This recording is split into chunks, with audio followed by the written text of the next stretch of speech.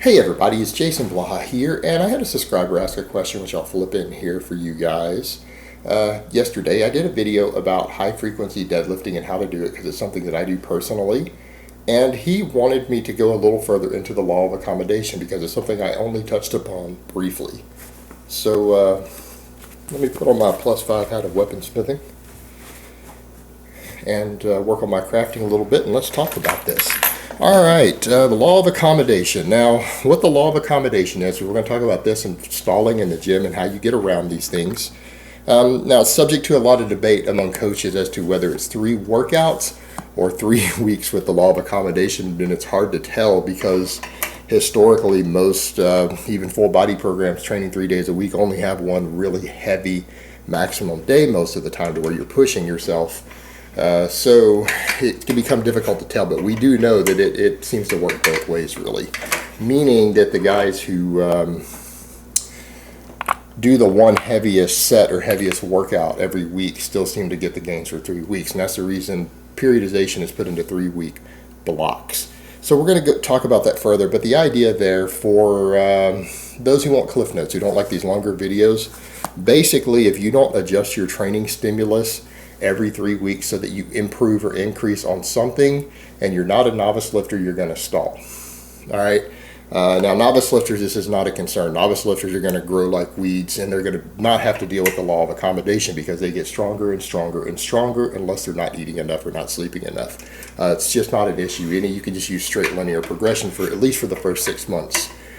People generally don't need weight resets or anything, even on like my novice program for the first 4 or 5 months. They just add weight every single week if they started at the correct weights. So not as big of a deal for novices. But once you get out of that novice phase, or even towards the late novice phase, intermediate phase, definitely advanced phase, this becomes a big deal. And what that means is that your body obviously adapts to chronic stress, which is why at first you don't gain anything the first few weeks in the gym. But after it starts adapting to the chronic stress, your body will tend to adapt to anything, any change you throw at it. Changes meaning a heavier workload in some way. Either your body is getting more mechanical tension from weight on the bar, more metabolic fatigue from the reps or the volume, something that it has not adapted to yet, it's going to adapt to it. And usually that adaptation involves both neurological gains and some sort of thickening of your muscle fibers, meaning you don't improve in performance on any sort of resistance training without the muscles growing. And I don't care whether it's maximum strength or strength stamina with reps and volume. You always adapt by some of the fibers getting thicker, and thicker fibers equals more muscle mass. And there is a direct correlation between how thick a muscle fiber gets and how much force it can produce, which means strength. But strength means a lot of different things. But they always get stronger, including your maxes, including your 1 rep, or even your strength stamina for doing reps. Anytime a fiber gets bigger, you're able to produce more force. So with the 3-week thing, what do we mean there?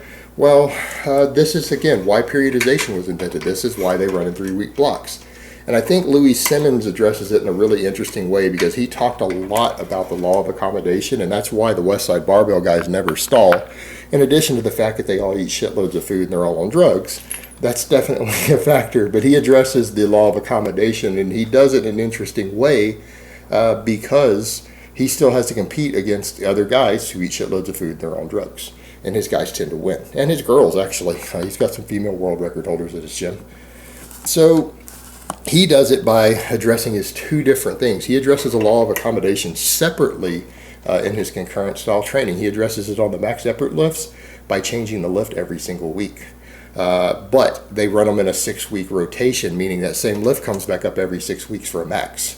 So that each variation of it, and what I mean by different lifts, let's say your bench press, you might do a pause flat bench on 1 week, 1 board the next, a 2 board the next, a 3 board the next, and a floor press, and then a bench press with chains. So it's still all bench press, but it's just slight variations of it, and because he has them change the max every single week, and then they're supposed to PR again every 6 weeks on that variation of it, meaning if you did 475 pounds on the 2 board last time, when it comes up again 6 weeks, he's going to want you to try to do 480. The whole idea is that you increase in every 6-week rotation. So he doesn't even worry about it on the max list because they're not even running 3-week blocks. And then he does the dynamic effort work in 3-week waves where you adjust it. You either change from bands to chains or increase the weight every 3 weeks.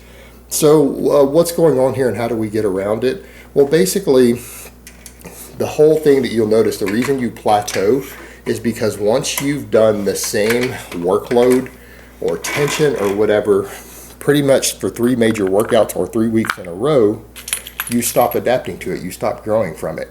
So if you come in and you've bench pressed 225 pounds for exactly 6 reps, by the 3rd week of you doing that, you don't grow anymore after that. You'll grow from the 3rd week, you'll adapt from the 3rd week, and after that you become stagnant. You don't gain any more size, any more strength by continuing to do that rep range. So you're going to have to find a way on that exercise to add a rep, or you're going to have to add like 5 pounds somehow. You've got to get it to 230 pounds, or you have to get it to 7 reps, or you're not going to grow anymore from the bench press. Pretty straightforward. Now, what we've noted is that the reason I say 3 weeks instead of 3 workouts, what we found, because over the years, most coaches who have people do full body routines at the intermediate and up level have heavy, medium, and light days. Now, that heavy, medium, and light doesn't necessarily mean light by normal standards. It might mean that your 500 pound for 5 reps that you do on Monday, your light day, you might drop to 450 pounds for 5 reps. Or 400 pounds for 5 reps. But the whole idea there is that once you've hit a workload that you're still capable from growing from, let's say in this case 500 pounds for 5 reps on an exercise, you'll continue to adapt to that. Your body seems to remember the micro tearing and everything else for about a week, roughly a week. So what happens is that even though the muscle protein synthesis goes back down, because again, you only grow from a direct workout session for up to 48 hours. All right, you grow up to 48 hours and then you're done. You don't grow any further from it. But your body still remembers the training stimulus because it was traumatic to it, in a sense of it caused micro tearing, it caused strain on the body. So if you come back through and you do a lighter variation of the same exercises, you can sometimes re-stimulate muscle protein synthesis, even though you haven't hit new numbers or created more tension or more workload. You've still re-sparked muscle protein synthesis by working fairly hard, because if you can do 500 for 5 reps on an exercise, 400 for 5 reps still takes work. In fact, the average person can't lift anything for 400 pounds for 5 reps. So if you're an intermediate or advanced lifter doing that on some exercise, probably advanced, you're still re-stimulating some muscle protein synthesis. Now, are you going to grow as much from that session as you did from the heavier one? No, because that response gets blunted, but you're still re-sparking some muscle protein synthesis so that you can grow off that previous workout. That's the best way to think about it. Your lighter workouts re-spark your body's ability to grow, to turn over protein, and it can reinforce those previous heavier workouts. So you do this for several weeks in a row, what you're going to find is that by that 3rd week, if you haven't done something to increase the tension somehow from that heaviest work set or that main workout, you're going to stop adapting to it. So what you pretty much have to do in week 4, you have to get stronger, or you're not going to grow, or you're not going to get stronger. But the thing is that getting stronger from 5 rep sets is usually muscle growth related. So you should have grown during that period. And basically when week 4 gets here, you've got to periodize a bit, meaning you've got to either change the intensity or you have to change the rep range, or you're no longer going to adapt. Now, if you can add weight to the bar, then that's okay. But the thing is, that's not periodization. That's linear progression still. So now if you can come in and you can do 502 pounds for 5 reps, and for an advanced lifter, hey, that's great. I mean, we should all be so lucky as to be able to add 2 pounds to every lift every month. If we could do that as advanced lifters, most of us would be deadlifting 1,000 pounds eventually. But unfortunately, it doesn't always work that way. But if you adapted properly to that and you can add 2 pounds, then hey, great, that's linear progression. Add your 2 pounds on that 4th week and keep going. But a lot of people are not going to be able to, so they're going to need to periodize, right? And the older school way of doing this before periodization would just be you would try to add a rep whenever you could, that you just accept the fact that you're not going to grow all the time, you're not always going to get stronger all the time, and you just milk it out, and when you're strong enough to finally get a rep, then you add a rep. And a very old school method, which I brought up before to get around this, is a little slower progression, but it tends to be nice and steady over the years. You keep adding reps whenever you can, once a week on your heaviest set. You try to add a rep until you get to 8 reps, and when you can do 8 reps for the weight, you add weight and drop back down to 5, and we go from there.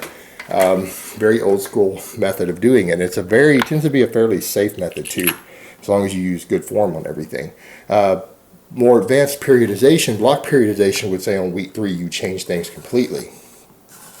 It would say on week 3 you completely change the rep ranges and you change the intensity. So you might either go up in weight and drop down to 3 reps for the next 3-week wave, 3-week block, or you might go the other direction. Reduce the weight and add reps so that you ensure more hypertrophy from more metabolic fatigue, so that hopefully after that 3-week block you've gained muscle mass, and if you've gained muscle mass you're going to get stronger, and then you'll change it again. Now traditional linear periodization does it to where you start light, and you might run 3-week blocks for 4 weeks for a total of 12 weeks. You'll start fairly light. You might be doing 10 rep sets or 12 rep sets at the start, and every 3 weeks you add weight, reduce reps, all the way until you get down to say 3, and then you might even go into max effort lifting for a week after that. That's pretty similar to how my off-season linear strength athlete program runs. It runs into 12-week blocks like that, just a straight linear periodization.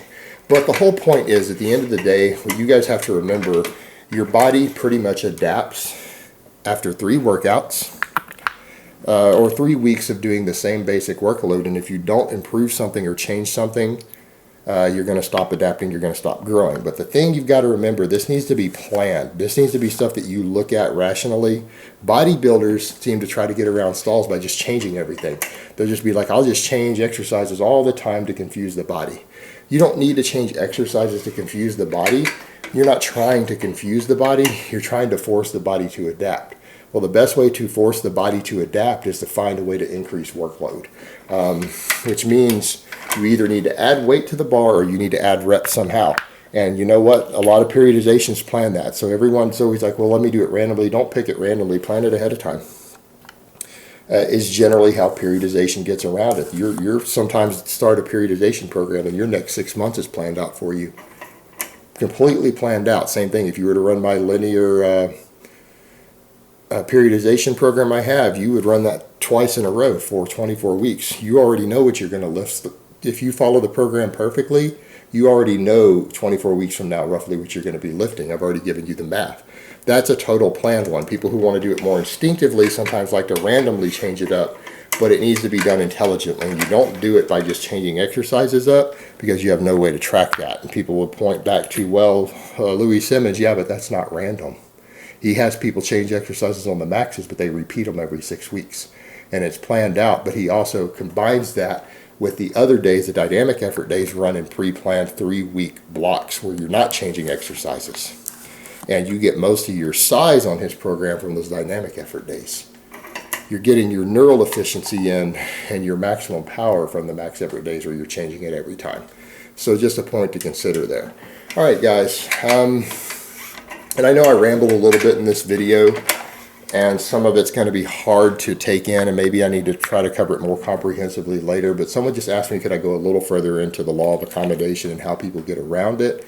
And it's a simple concept in theory of every 3 weeks you need to change something, but it's not that simple in actual application, because if you just randomly change things without understanding why you're changing them or really looking at it in terms of making sure that you're doing something to improve workload, it just goes out the window. And that's oftentimes the difference between planned programming versus the bodybuilder method of just randomly changing things to confuse the body.